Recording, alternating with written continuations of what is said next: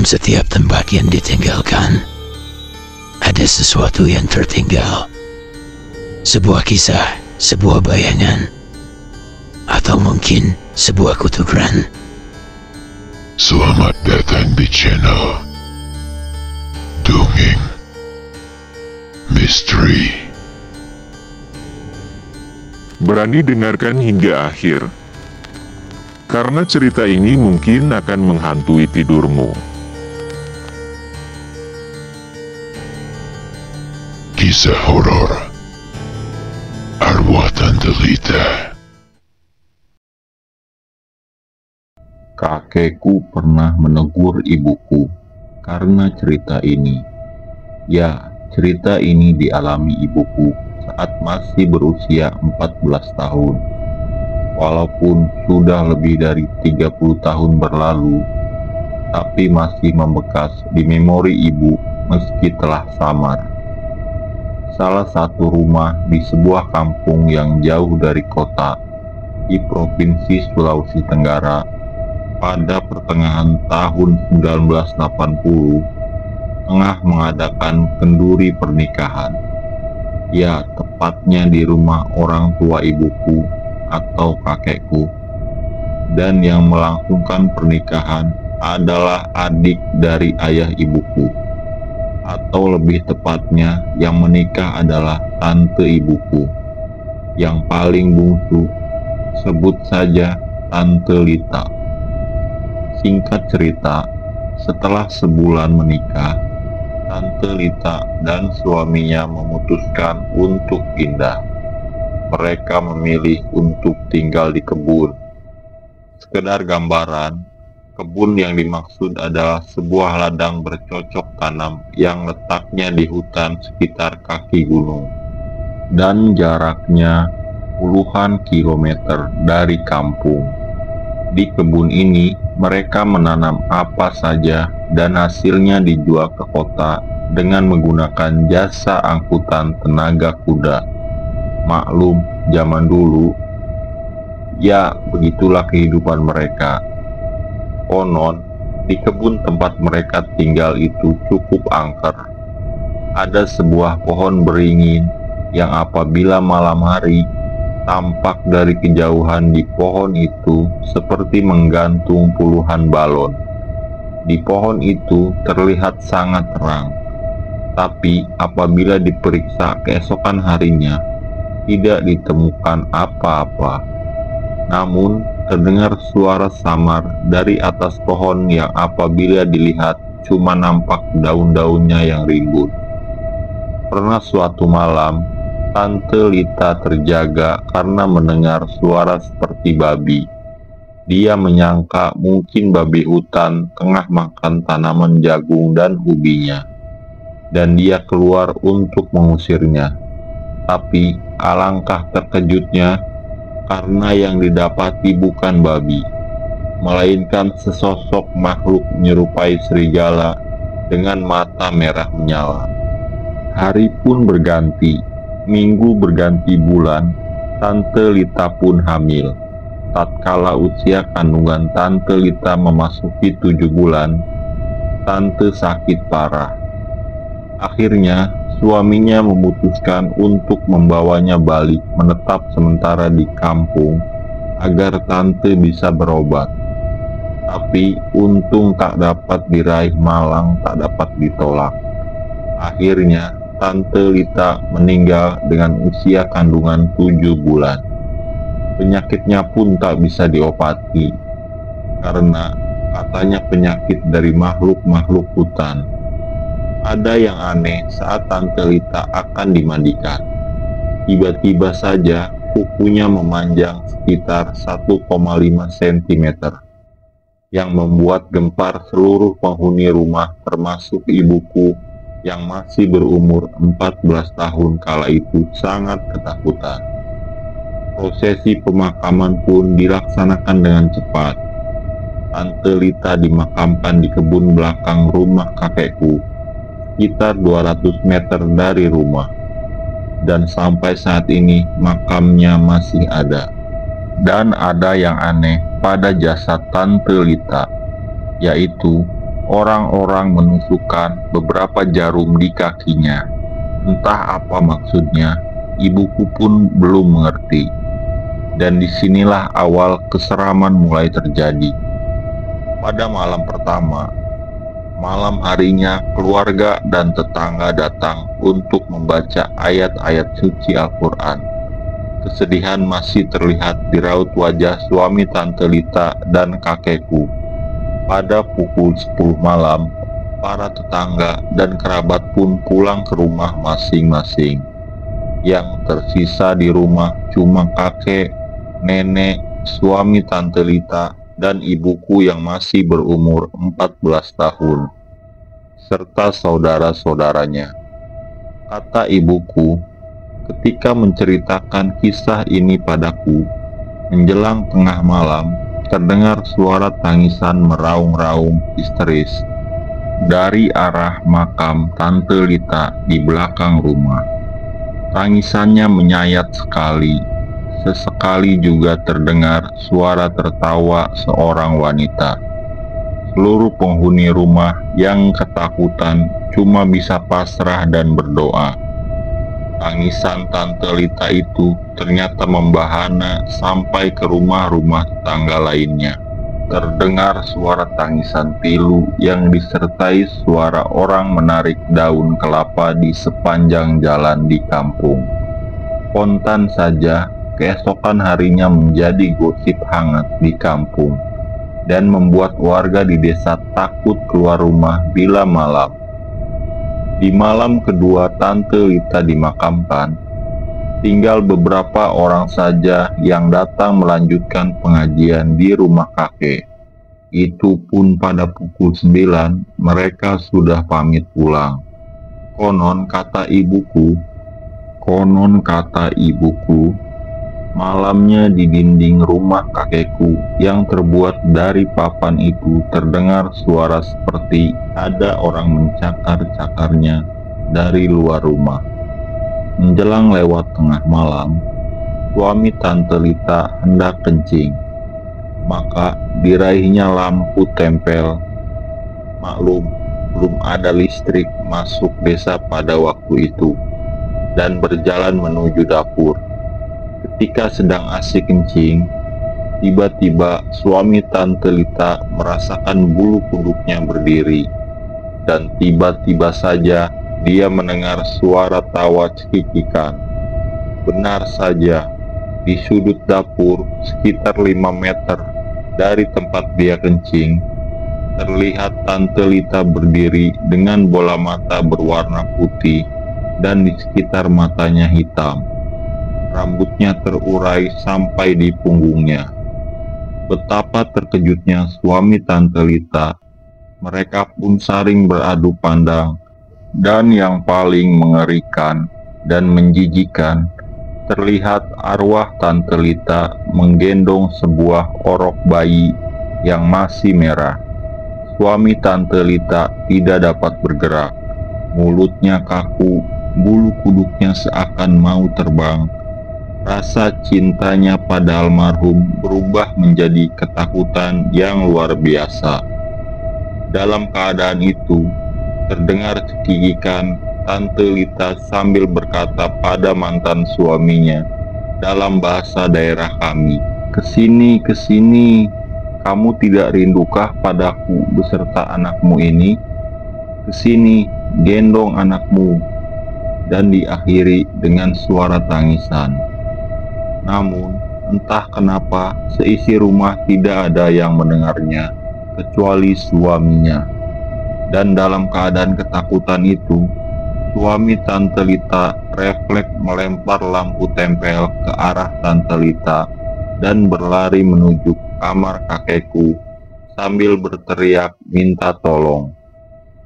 Kami sekeluarga pun terjaga semua dan berbondong-bondong menuju ke arah dapur. Namun arwah Tante Lita tidak ada. Yang tersisa cuma lampu beserta minyak tanah yang berserakan. Gak kebayang ketakutan seperti apa yang kami alami. Apalagi jarak rumah-rumah tetangga sangat berjauhan. kurang lebih 50 meter dari rumah kakek. Akhirnya, malam itu diputuskan semua berkumpul untuk tidur di dalam satu kamar. Sesak dan berdesakan terkalahkan oleh rasa takut yang luar biasa. Apakah teror arwah Tante Lita berhenti malam itu? Tentu tidak. 1 jam kemudian, setelah semua berkumpul tidur di dalam satu kamar, tiba-tiba dari kamar tamu tempat suami Tante Lita tidur, di dalamnya terdengar suara seperti orang lagi menina-bobokan anak kecil dalam bahasa daerah kami. Sudah bisa ditebak suara siapa itu. Yang membuat suami Tante Lita makin ketakutan, tatkala dari dalam kamar tamu terdengar suara Tante Lita berkata, "Arman, Arman, anakmu cari kamu. Coba kamu kemari. Coba kamu lihat betapa manisnya dia." Dan diakhiri tawa cekikikan. Arman adalah nama suaminya Tante Lita. Dalam ketakutan itu, tiba-tiba kakek berteriak dalam kamar, "Lita, sebaiknya kamu pergi. Di sini bukan tempatmu lagi. Kami semua sudah beda alam dengan kamu." Dan suara Tante Lita pun tak terdengar lagi. Keesokan harinya, sudah bisa dibayangkan betapa hebohnya di kampung.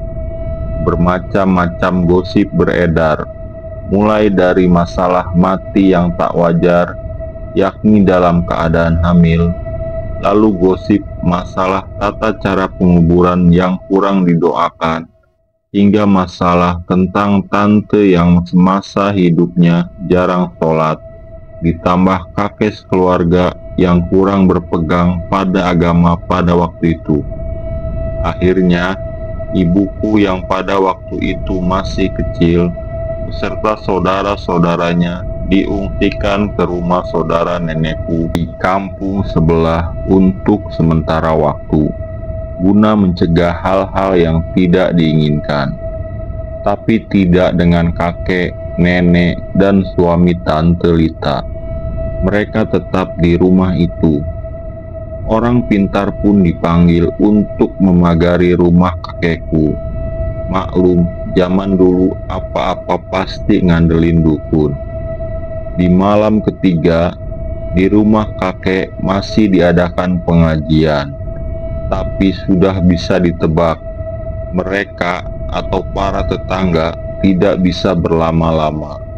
Kali ini yang tersisa di rumah adalah kakek, nenek, suami Tante Lita, dan 2 orang saudara dari nenekku atau om ibuku yang datang menemani.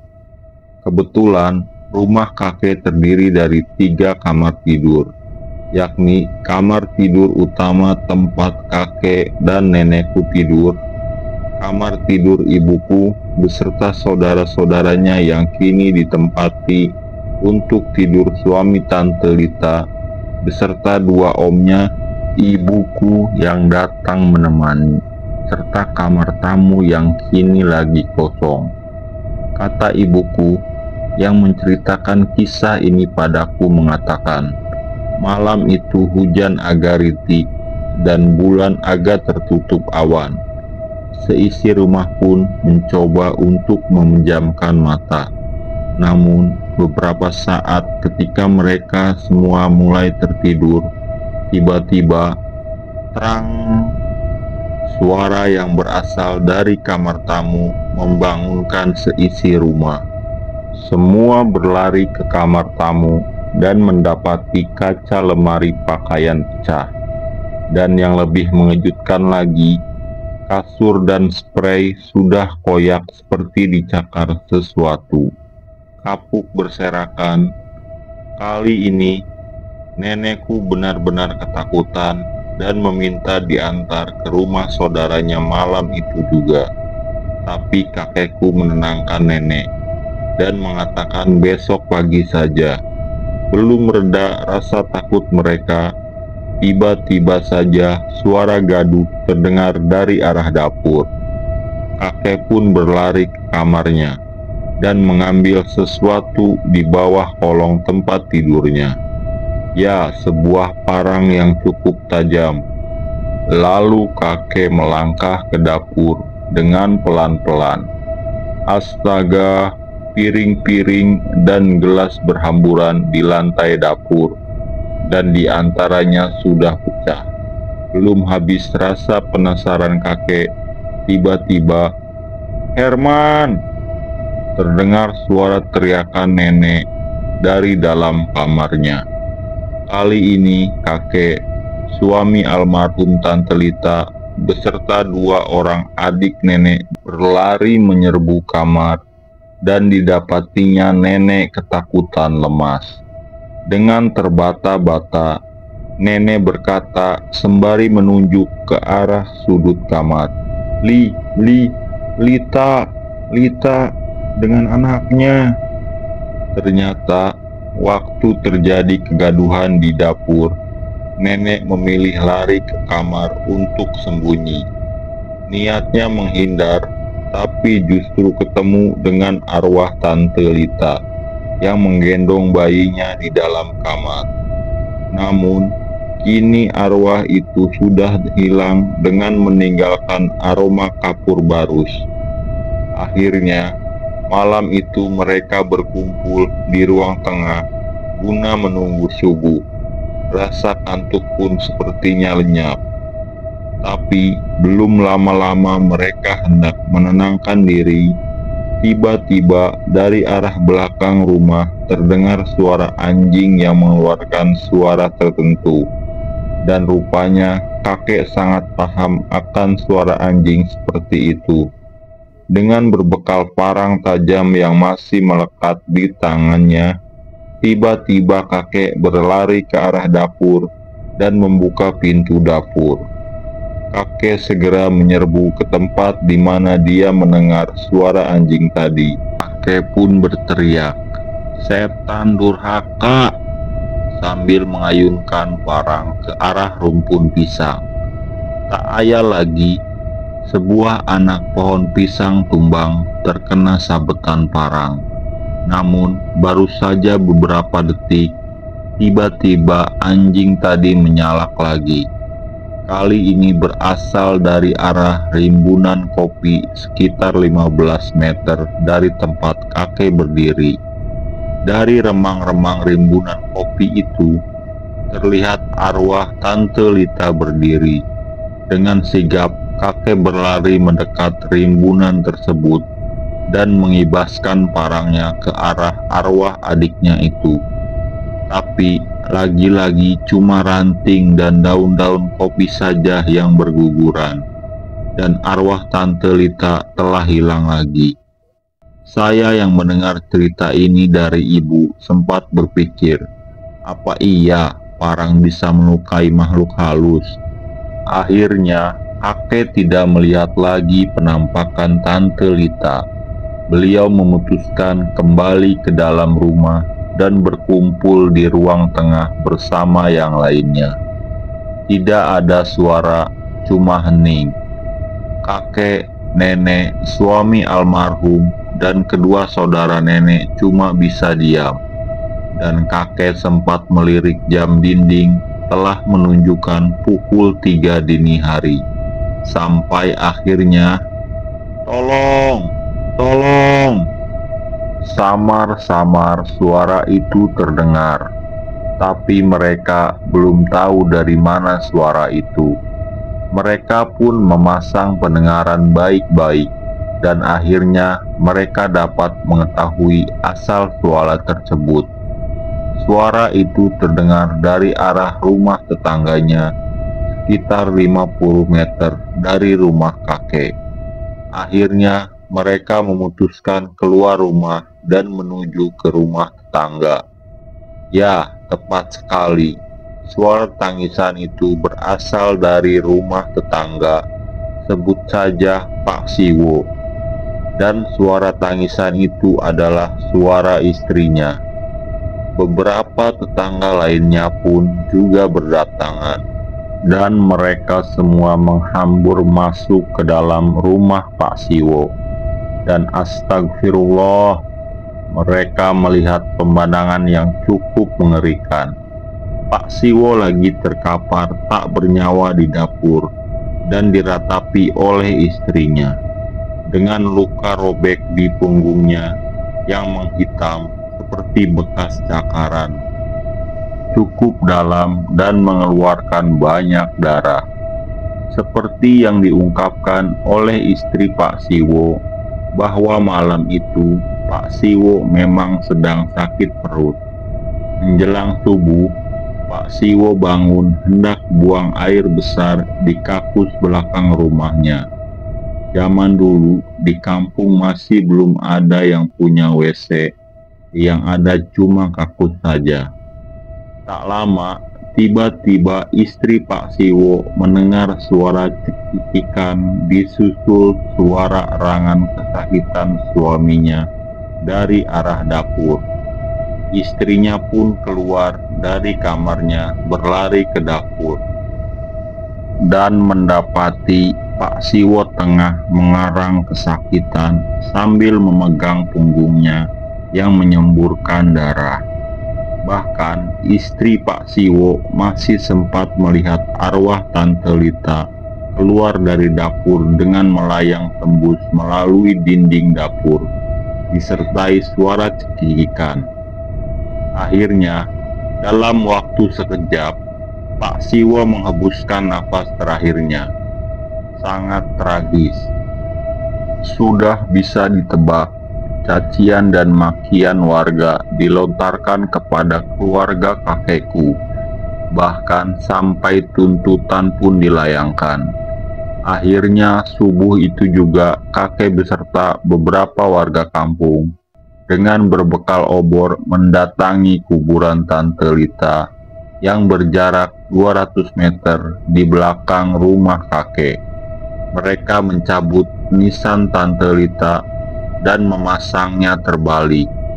Kemudian warga mengumpulkan ranting dan daun-daun kering lalu dibakar kuburannya. Konon katanya dari dalam kuburan terdengar suara orang menangis. Sejak hari itu tak ada lagi teror almarhum Tante Lita. Seminggu kemudian suami almarhum Tante Lita beserta kakek berangkat ke ladang, tempat di mana dulu Tante Lita dan suaminya tinggal, guna mengambil sisa pakaian Tante Lita yang tersisa. Namun alangkah terkejutnya mereka karena mendapati pakaian-pakaian tersebut sudah koyak-koyak semua. Aku yang mendengar kisah 30 tahun silam dari ibuku langsung mengecek kebenaran cerita ini pada kakekku, nenek, dan saudara-saudara ibuku, dan betapa terkejutnya mereka semua. Mereka lantas menegur ibuku karena sudah mengungkit masa lalu. Mereka berpesan kepadaku agar tidak menceritakan hal ini kepada siapapun, karena ini merupakan kisah kelam keluargaku. Terima kasih sudah menonton sampai habis. Jangan lupa subscribe dan tekan loncengnya supaya tidak ketinggalan cerita selanjutnya.